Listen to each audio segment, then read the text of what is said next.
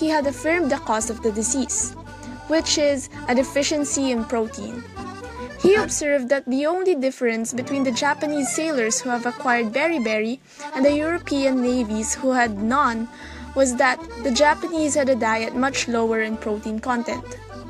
He was able to convince the authorities to switch the rations given to Japanese sailors, increasing the amount of food rich in protein. This change in diet produced fruitful results, as no deaths were recorded and there were only 14 cases of the disease. Further research held by the aforementioned researchers Eichmann and Braden also delivered similar results as of Takaki's, wherein they found that beriberi was a product of a deficiency rather than an intoxication. Similarly, rickets, which is characterized by a lack of calcification in the bones and leg and rib deformities among children, was also found to be caused by a sort of insufficiency. After collective research, Walter Cheadle found that the children who had this disease were mostly not breastfed and were fed with inadequate substitutes. Furthermore, Theobald Palm, a medical missionary in Japan, found that there was a complete absence of rickets in the country he currently resided in. He concluded, along with information he gathered from fellow missionaries, that rickets did not occur among people who were constantly exposed to sunlight. In conclusion, a deficient diet for children, especially the lack of breastfeeding, and an insufficient exposure to sunlight were found to be the major causes of rickets during this time.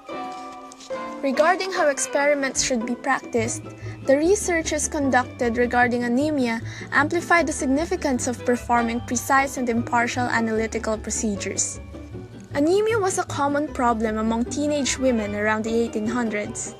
It was described as having a lower blood cell count and an even lower hemoglobin level, and was generally accepted to respond to an administration of ferrous sulfate. There was an assumption that the typical human diet had large amounts of iron.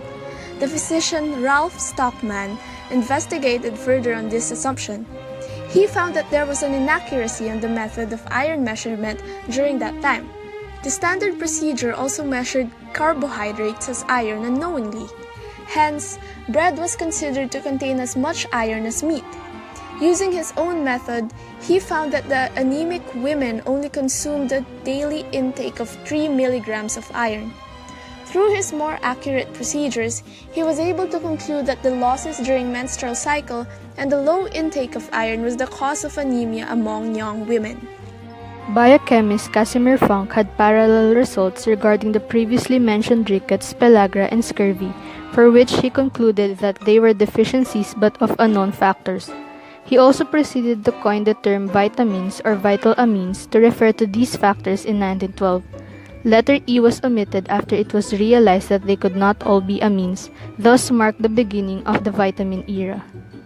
The idea of experimenting using purified diets or mixtures that only contain the purest form of proteins, carbohydrates, fats, and minerals was the most widely used practice to associate a diet with a particular disease.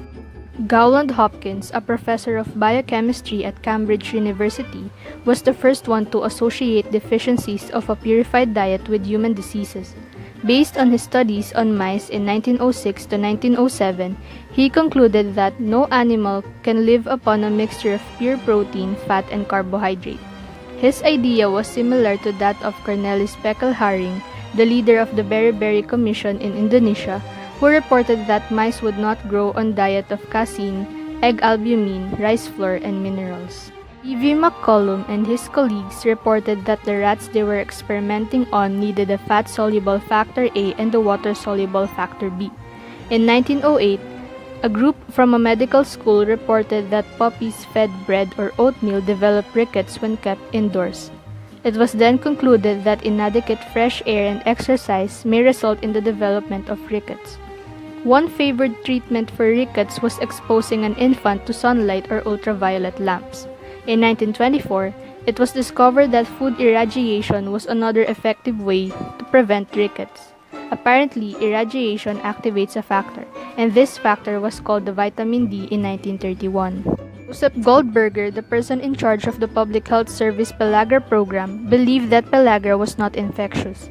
He went to state that unbalanced diet was the root of the said disease. To prove his created using Powtoon.